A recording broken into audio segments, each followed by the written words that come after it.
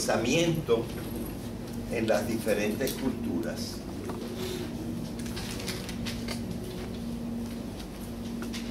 ¿Verdad? En eso es lo que estábamos.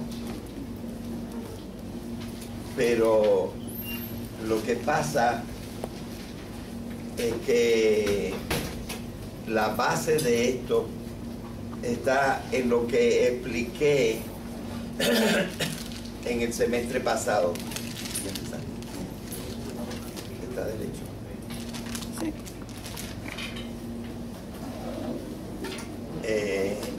Y entonces voy a tener que darles un poco para que lo agarren mejor, que lo comprendan ya un poco más perfectamente como se estudia en el siglo XXI.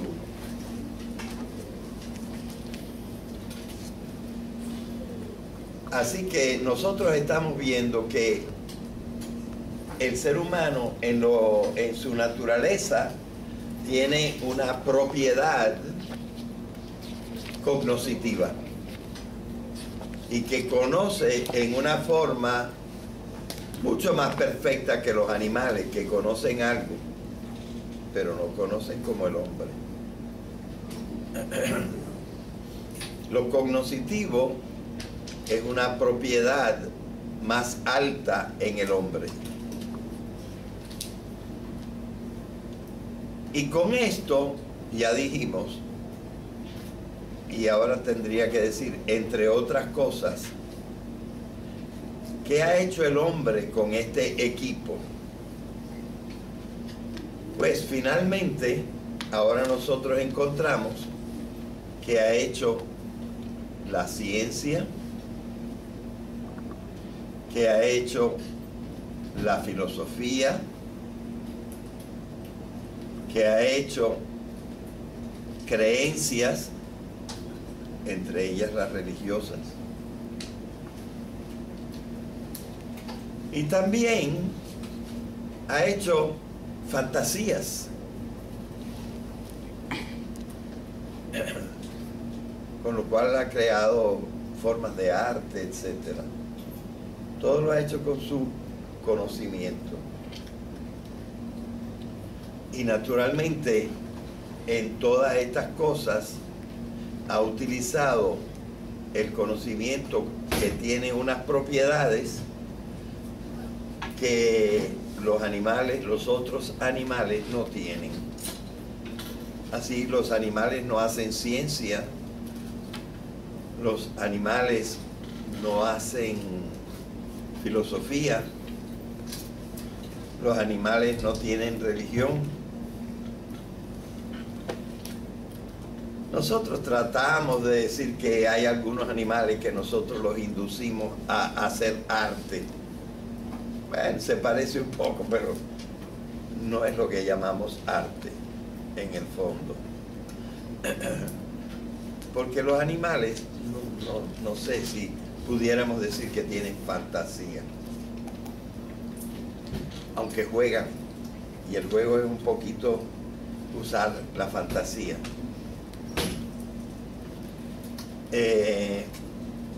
Pero es elemental. De manera que lo cognoscitivo en el ser humano es lo que posibilita las formas de la cultura que no tienen el resto de los animales.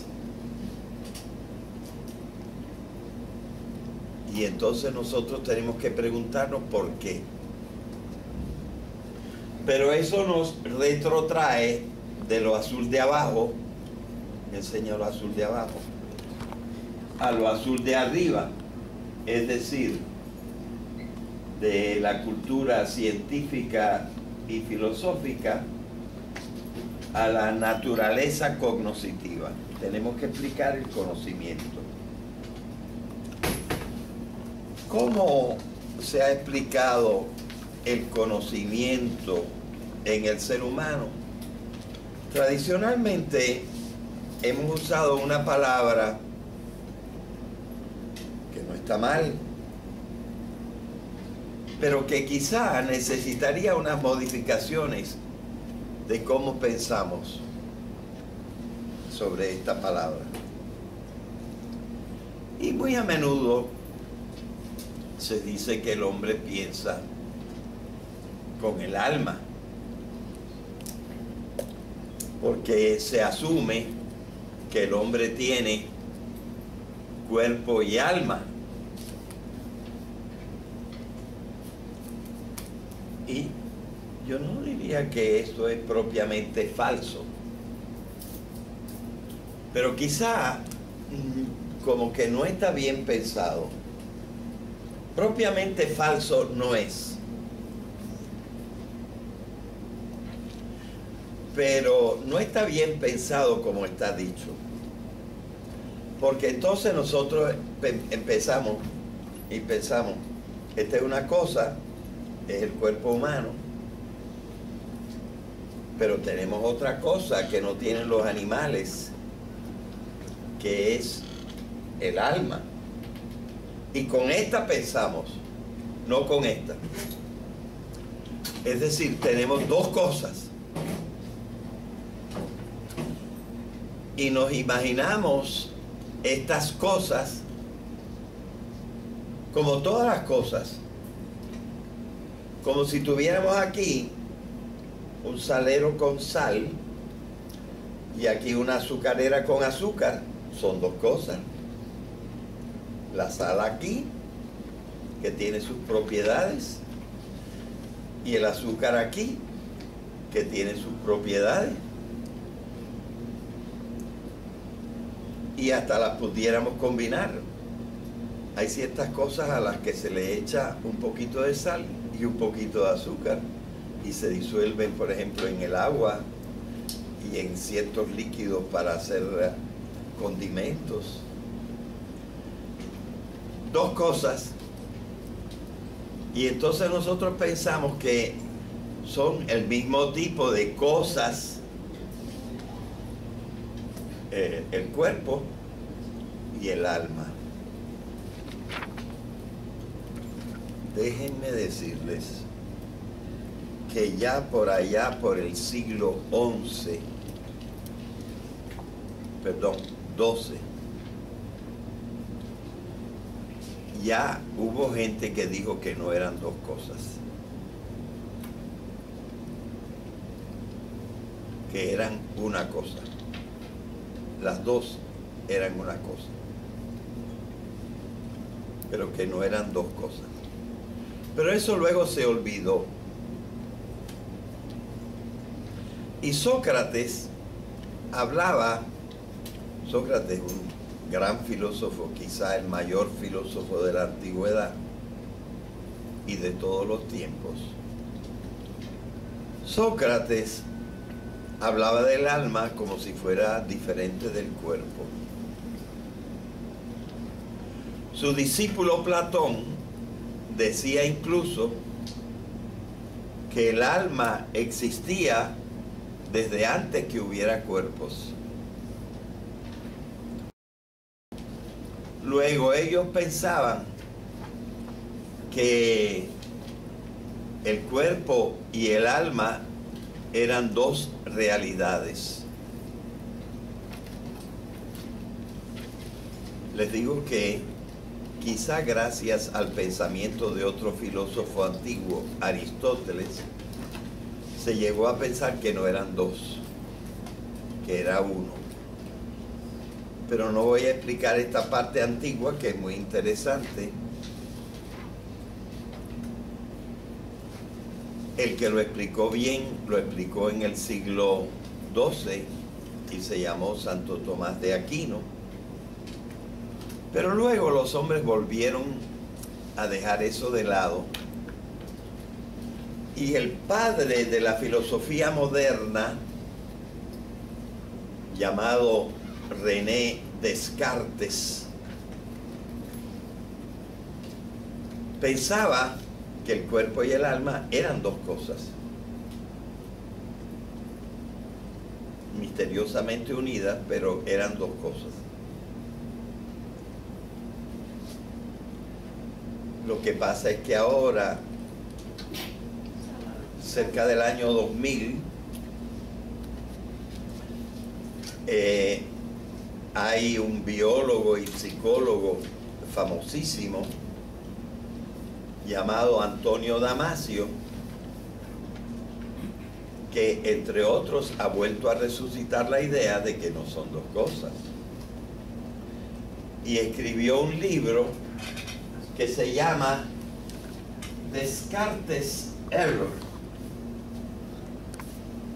El error de Descartes de pensar que el cuerpo y el alma eran dos cosas diferentes. Entonces nosotros vamos a tener que pensar si el cuerpo y el alma son dos cosas, y entonces tenemos que pensar en toda la realidad, porque la realidad es el conjunto de las cosas, desde las estrellas y las galaxias hasta el átomo. El conjunto de las cosas se llama la realidad. Y nosotros, que estamos formados de átomos, pero los átomos están arreglados en células, somos cosas. Ahora somos cosas que nos hemos convertido en lo que llamamos personas.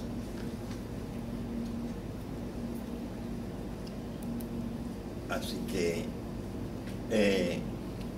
esto es lo que vamos a tener que explicar un poco.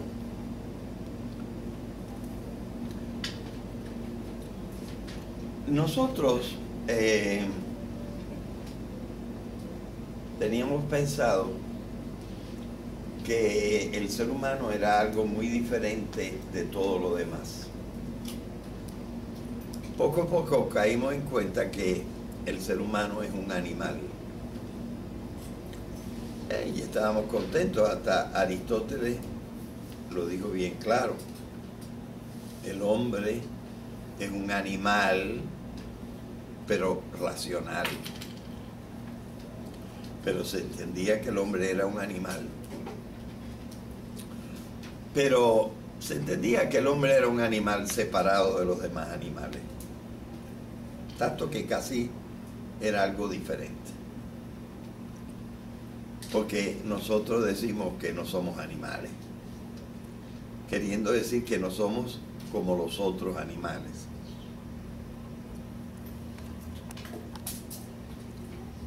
Fue Darwin el que investigó la cosa en el siglo XIX. Creo que su libro salió por allá por 1878, El origen de las especies, y dijo que la especie humana venía de las otras especies. Claro, esto chocó, entre otras cosas, con las palabras de la Biblia y también de otros libros sagrados que no consideraban que el hombre viniera de una vida anterior. Así que esto chocaba. Pero Darwin comprendió que en la misma forma por ejemplo, del esqueleto de los seres humanos, indicaba la misma forma de todos los vertebrados. Y en el fondo, por ejemplo, hasta las aletas de los peces están hechas en la parte de acá de un hueso y en la parte de acá de dos huesos, igual que nosotros. Y las aletas de abajo de los pies también están hechas de un hueso y de dos huesos.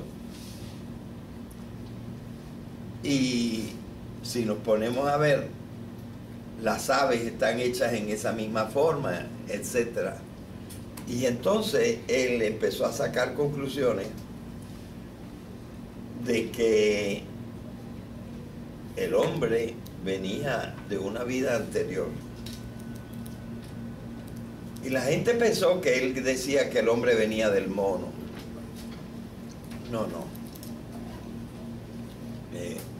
Yo creo que Darwin nunca pensó que el hombre venía del mono. Para empezar, nosotros sabemos ahora que ha habido como 14 especies de Homo, y que la nuestra, que es la 14, viene de la 13, y la 13 viene de la 12, y la 12 viene de la 11, y así hasta la primera. Pero fíjense, aquí está el mono, aquí está la especie humana. Entonces viene la 13, viene la 12, viene la 11, viene la 10, y el mono se quedó aquí. Porque el mono tiene su propia línea. El empate es mucho más abajo, en alguna altura de los vertebrados. Pero el hombre no viene del mono. El mono es una aparición moderna, como el hombre es una aparición moderna. ¿Ok? Así que el hombre no viene del mono. Pero todos vienen de una vida anterior.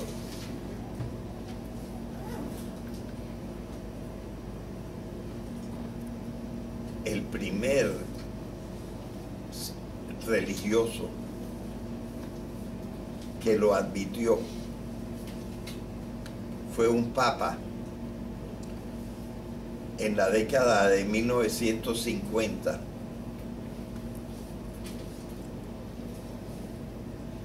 que dijo: los cristianos podemos creer que la vida del hombre viene de una vida anterior.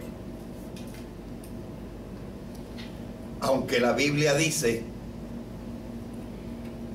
que la vida del hombre viene de un soplo que Dios le echó por las narices a un muñequito de barro. Pero esto lo hemos tenido que llamar una figura de lenguaje y admitir, como admitió este Papa en 1950,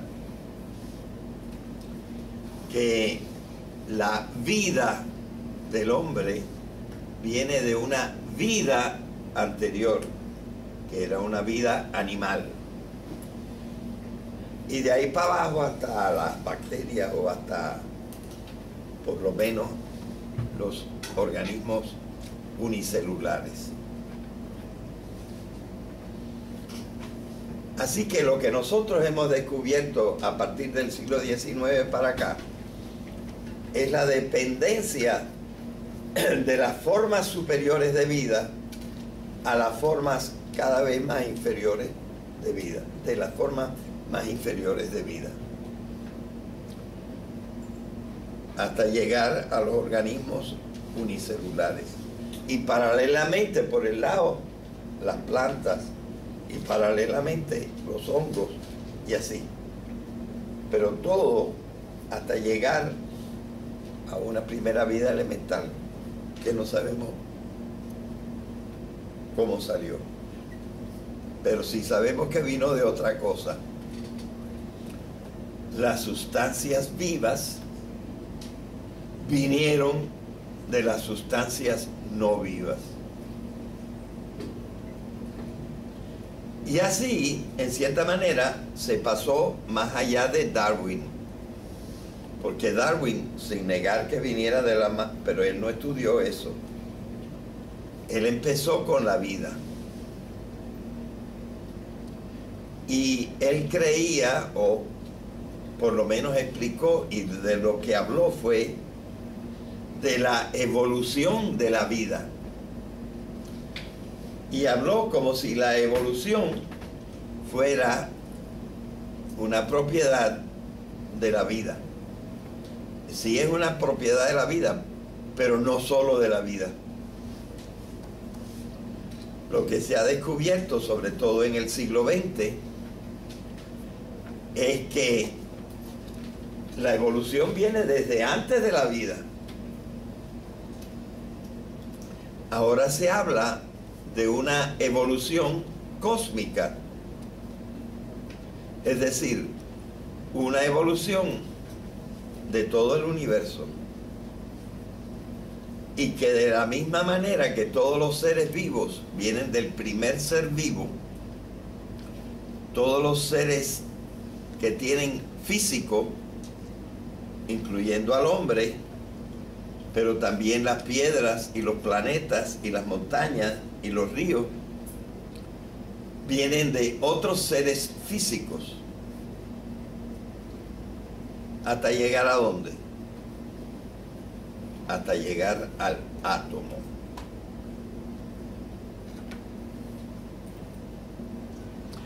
Podemos decir una cosa: todo esto son sistemas.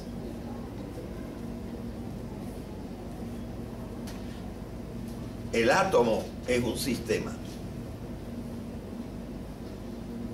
Las moléculas, que ya son combinaciones de átomos diferentes, son sistemas.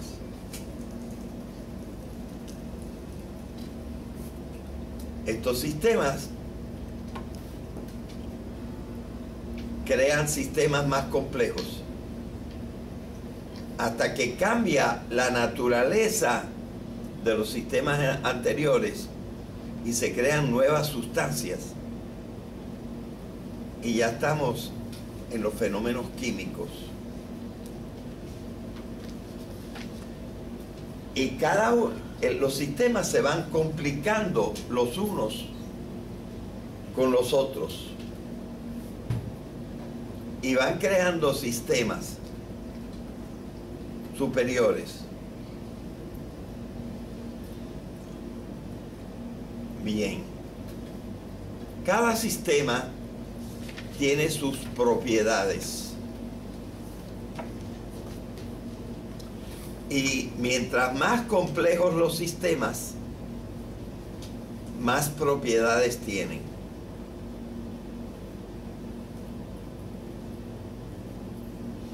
Del átomo para arriba.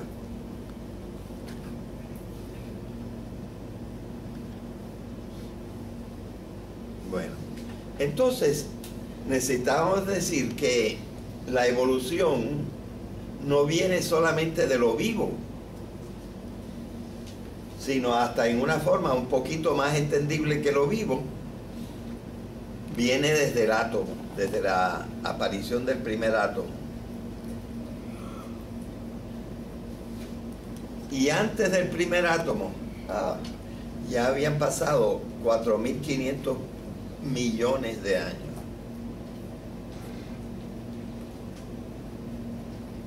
¿Y qué había entonces?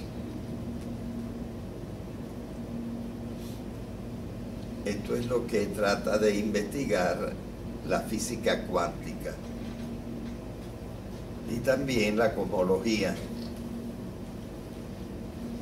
Trata de investigar qué es lo que había antes del átomo.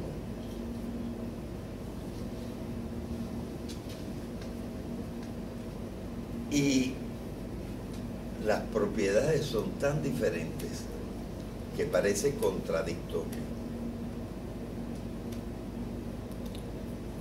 Entonces, tenemos que explicarnos estos fenómenos de otra manera, y eso es lo que han intentado sin haberlo logrado todavía totalmente.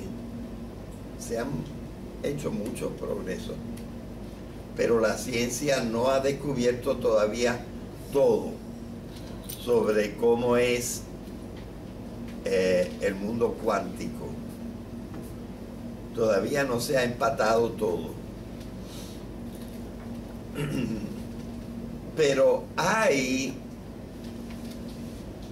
dos grandes físicos cuánticos cuyas palabras yo he podido encontrar y leer,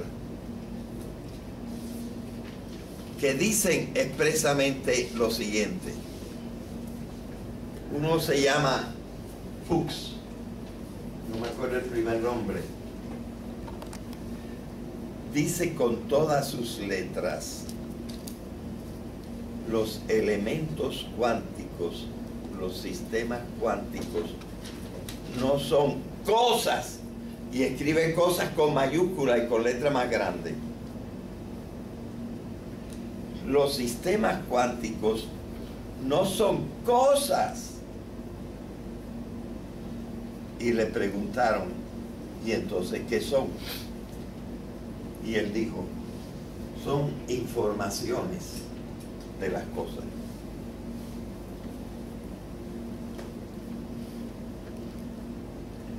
Y otro sabio, que creo que tuvo que ver con la bomba atómica, que se llamaba Werner von Heisenberg, uno de los mayores físicos cuánticos, dijo, los elementos cuánticos no son reales. They don't actually exist.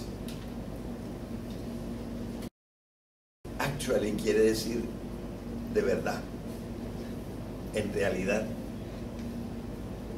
They don't actually exist. Y le dijeron, si no existen, ¿qué son? Posibilidades de existir.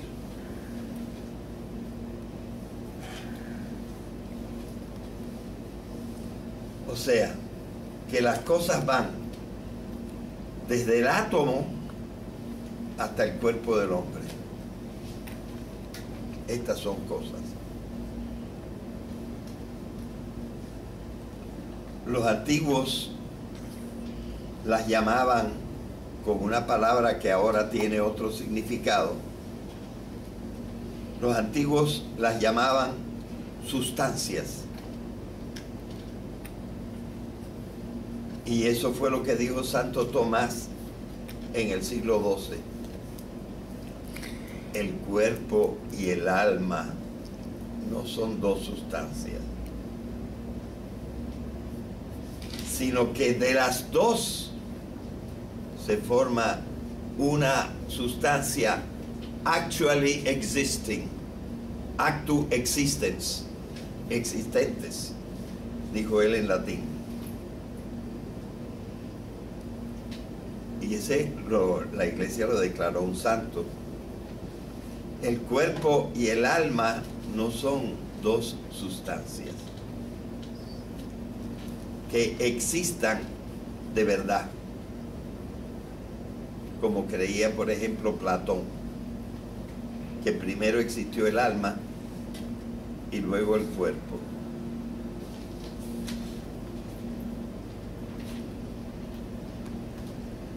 Pero Descartes volvió a caer en la idea de que sí, que había dos cosas diferentes, el cuerpo y el alma. Ahora bien, esto entonces ahora se ha desarrollado un concepto de la ciencia física, caminando hacia lo químico y lo biológico también, para esto de que todo lo que existe viene una cosa de la otra y forma una evolución que viene desde el tiempo cósmico y no solamente de la vida para adelante. Eso ahora se llama la evolución cósmica. Todo viene por un solo principio, un solo fenómeno. A ese fenómeno se le ha llamado, enséñalo allá, la emergencia. Ese fenómeno es la emergencia. La emergencia puede sustituir un poco, mejorándolo, la expresión mutaciones más selección natural, que era como hablaba Darwin. Pero en el fondo se referían a lo mismo, que unos venían de los otros. Pero la explicación de la emergencia es un poquito más perfecta. Voy a tratar de dar una especie de definición, es decir, ¿qué es la emergencia? Para eso he tenido que introducir ya la palabra sistema. El sistema es alguna materia en orden.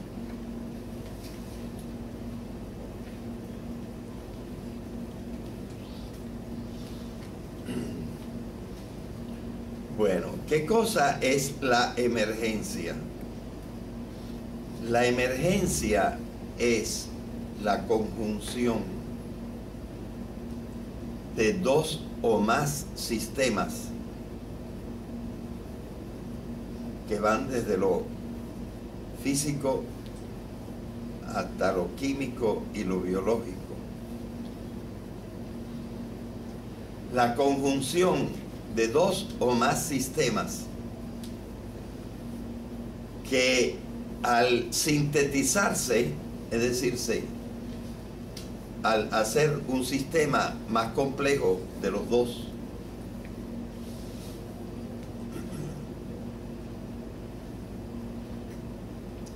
crea un nuevo sistema más complejo que posee nuevas propiedades que no tenían los sistemas anteriores separados.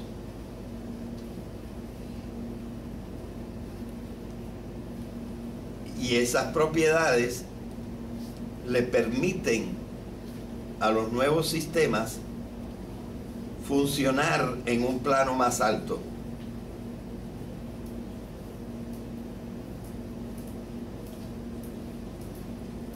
Pudiéramos tomar un ejemplo sencillo que yo creo que es exacto. Tenemos un sistema que se llama, el sistema físico más sencillo es el hidrógeno, porque tiene un protón y un electrón.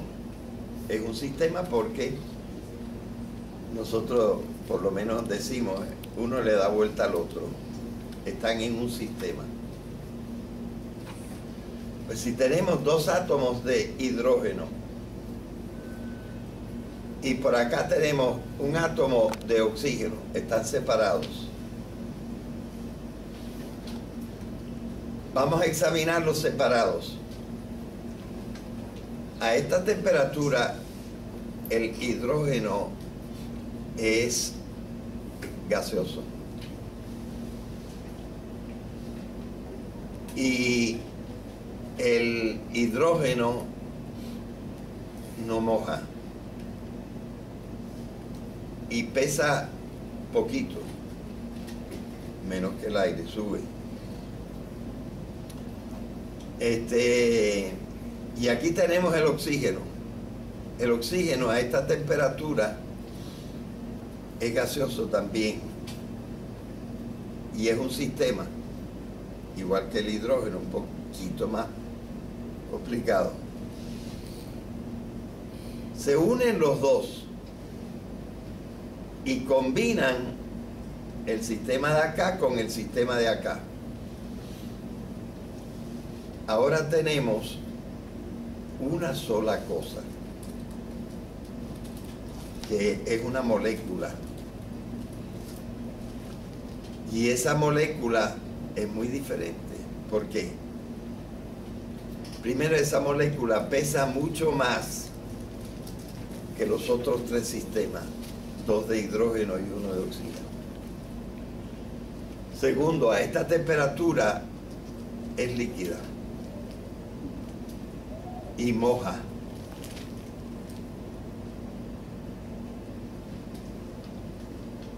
Así que tiene unas propiedades que no estaban en el hidrógeno ni estaban en el oxígeno. y apareció una cosa nueva. La síntesis produce una cosa nueva, produce la novedad y aparece una cosa distinta y más compleja. Eventualmente esta cosa distinta y más compleja se une con otra cosa distinta y más compleja y forman una cosa más distinta y más compleja.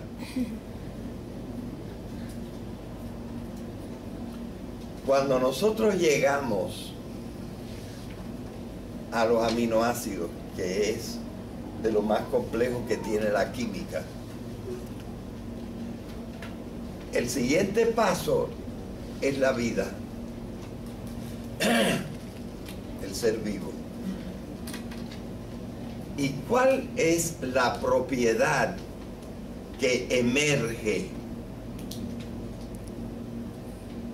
de los niveles de los aminoácidos al nivel del ser vivo? Que el nuevo sistema que se forma, el vivo, se autorregula. La vida es la autorregulación de las cosas.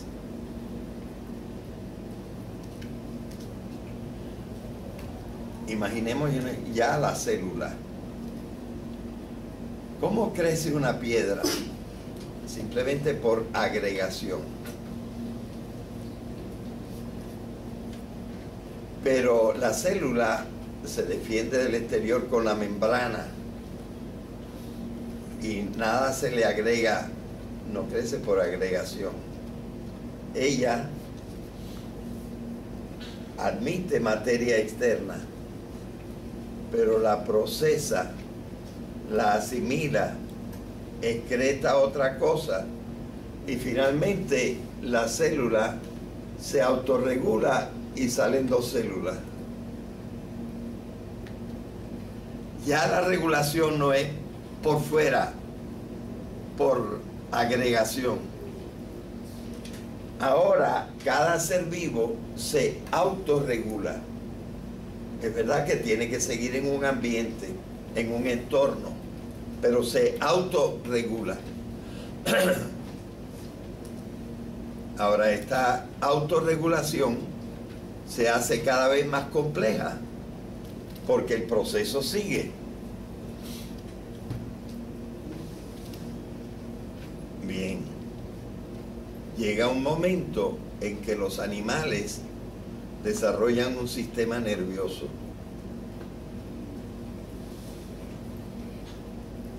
Un sistema más complicado. Y este sistema se va complexificando. Ya yo le puse más o menos el cerebro triuno.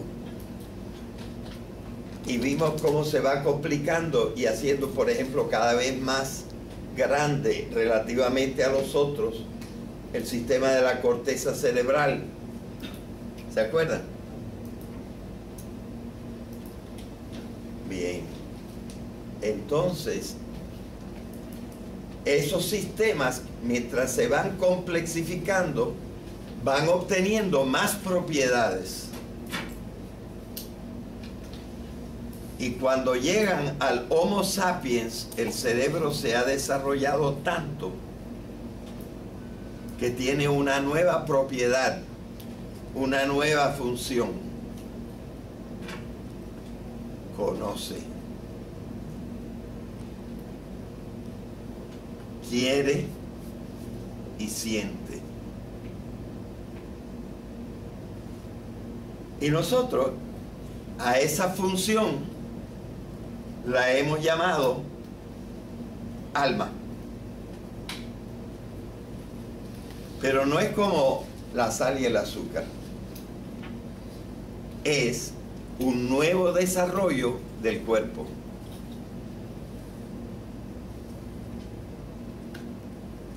Y tenemos, lo que tenemos es una nueva función.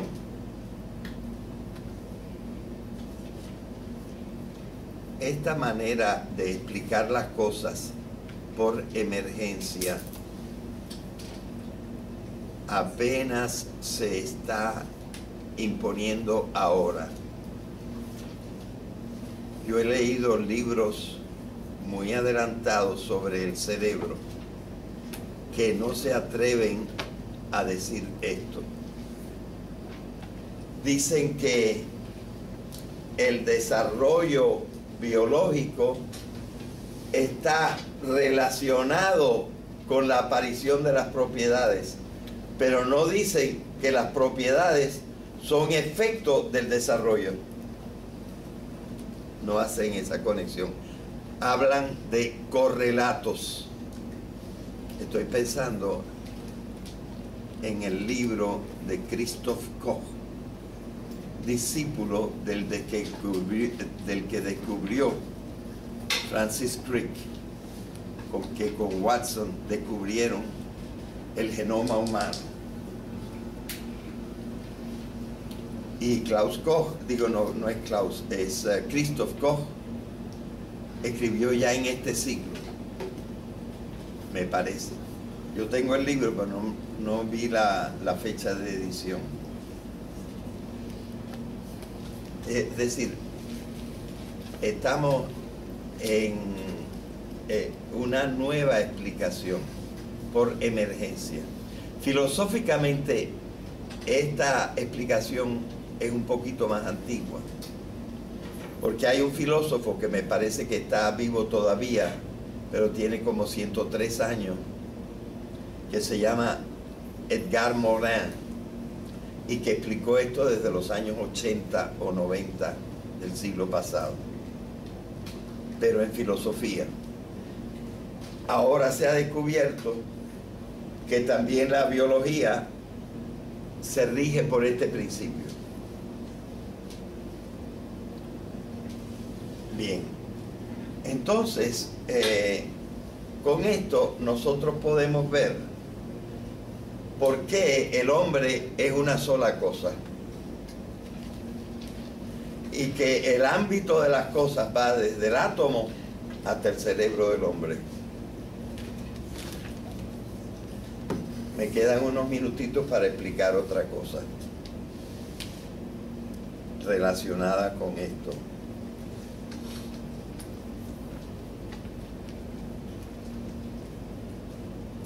En las cosas, todo es materia y energía. Y todo es una combinación de materia y energía. Casi pudiéramos decir que antes del átomo todo era energía. Entonces hay una ciencia, aparte de la física, que se llama la termodinámica. Y la termodinámica tiene dos leyes principales. Primera ley: desde el principio hasta ahora, la cantidad de energía ha sido siempre la misma.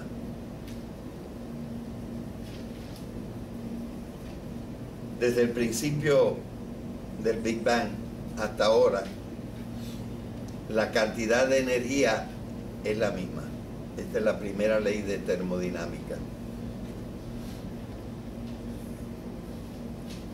La segunda ley de termodinámica dice lo siguiente: aunque existe la misma cantidad de energía siempre,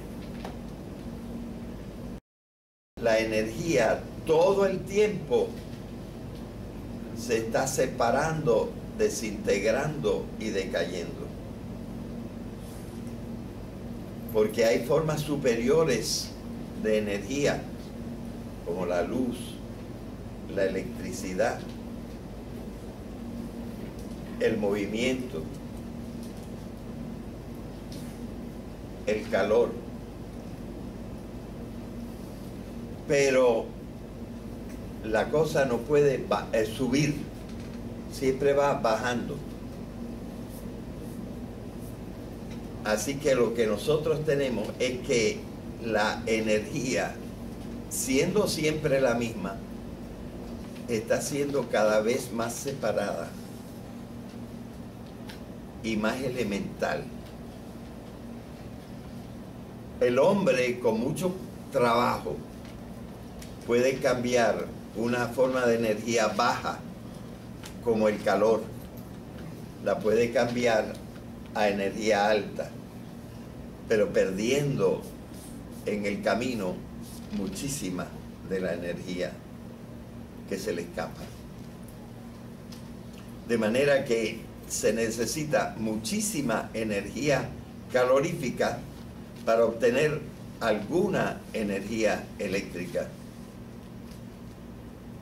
Pero estos son procesos que tiene que iniciar el hombre, no los inicia la naturaleza. ¿Ok? Así que la segunda ley de termodinámica es esta. Parece que el universo se va a acabar, porque se va a desintegrar. Y todo se separa también en el espacio, porque la energía se está cada vez, la misma energía, sin aumentar la energía, se está yendo más lejos. Luego en cada lugar hay menos, porque el universo sigue creciendo. Así que la segunda ley de termodinámica es un poco pesimista, ¿verdad? Pero es así. Solo que en el proceso de la emergencia de las cosas unas de otras, llegamos a un punto que es todavía químico y el siguiente es ya biológico. ¿Y qué pasa allí? Allí lo que pasa es que la energía en las cosas biológicas empieza a densificarse. Lo contrario de lo que pasa por debajo de la biología. Ahora todo empieza a densificarse. Tanto que un cosmólogo que yo he leído, que se llama Eric Chesson, haciendo cálculos matemáticos, eléctricos, químicos, ha descubierto lo siguiente: de los objetos conocidos del universo, aquel que muestra más densidad de energía, ese es un concepto, aquel que muestra más densidad de energía es el cerebro humano.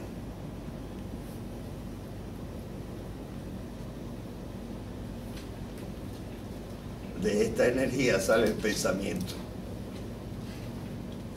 Las propiedades de pensar,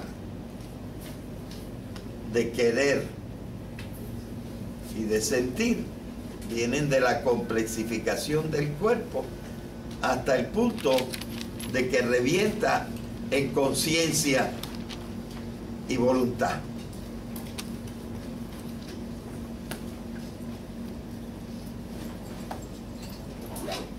Es decir, el alma emerge de la complexificación de los cuerpos como una función.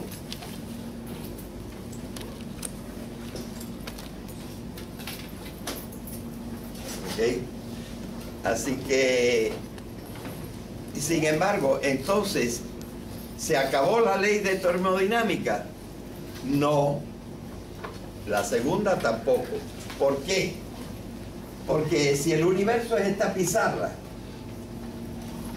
estos tres puntitos son la vida. Y claro, la mayor parte del universo se sigue desorganizando, por decir así. La energía se sigue desintegrando, separándose y haciéndose inferior. Pero un pedacito que es lo vivo, eso va aumentando en densidad energética y está creando propiedades superiores como pensar, querer y sentir. Vamos a dejarlo ahí hoy.